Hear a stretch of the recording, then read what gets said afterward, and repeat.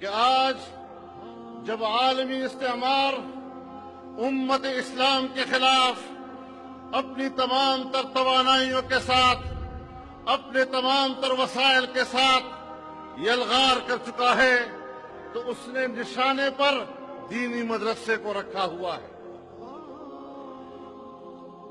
آئے روز دنیا کو یہ تاثر دیا جا رہا ہے کہ یہ دینی مدرسہ، یہ دہشت گردی کے مراکز ہیں، یہاں شدت پسندی کی تعلیم دی جاتی ہے، یہاں فرقہ پرستی کی تعلیم دی جاتی ہے، یہاں پر بنیاد پرستی کی تعلیم دی جاتی ہے۔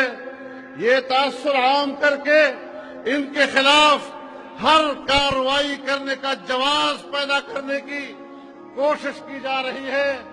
اگر آج دینی مدرسہ ان کے نشانے پر ہے تو دینی مدرسے والوں، آپ کو گھبرانا نہیں چاہیے، آپ کو گھبرانا نہیں چاہیے۔ جب دیوبند کے قصبے میں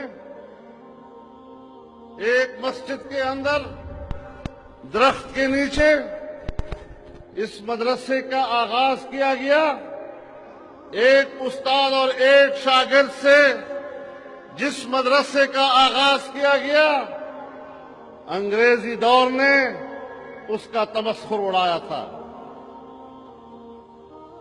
انگریزی اقتدار نے ہمارے مدرسے کا، مدرسے میں پڑھنے والے کا، مدرسے میں پڑھانے والے کا مذاق اڑایا تھا۔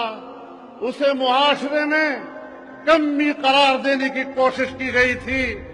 اس کے والدین کو یہ احساس دلانے کی کوشش کی گئی کہ اپنے بچے کو برباد مت کرو، مدرسے میں بھیج کر اس کے مستقبل کو تاریک مت بناؤ۔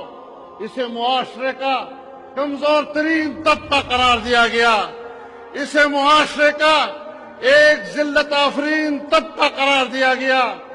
سب کچھ، تمام وسائل اس پر صرف کر دیے گئے۔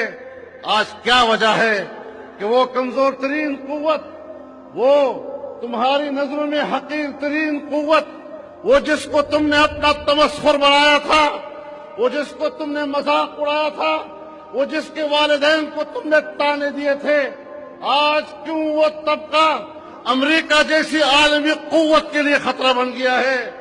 آج کیوں وہ غریب اور فقیر طبقہ پورے مغربی استعمار کے لیے خطرہ بن گیا ہے؟ تو سمجھ لو میرے نوجوانوں کہ میرے اکابر کی کمان سے جو تیر نکلا تھا، آج وہ تیر اپنے نشانے پہ لگا ہے، اور آپ کی فتح ہے کہ آج آپ کی اس فقیری نے عالمی استعمار کو چیلنج کر دیا ہے، اور دنیا جانتی ہے کہ ہماری جنگ آج یہاں کے کمزور حکمرانوں سے نہیں، بخدا آج کا حکمران ہماری نظروں میں کچھ نہیں ہے۔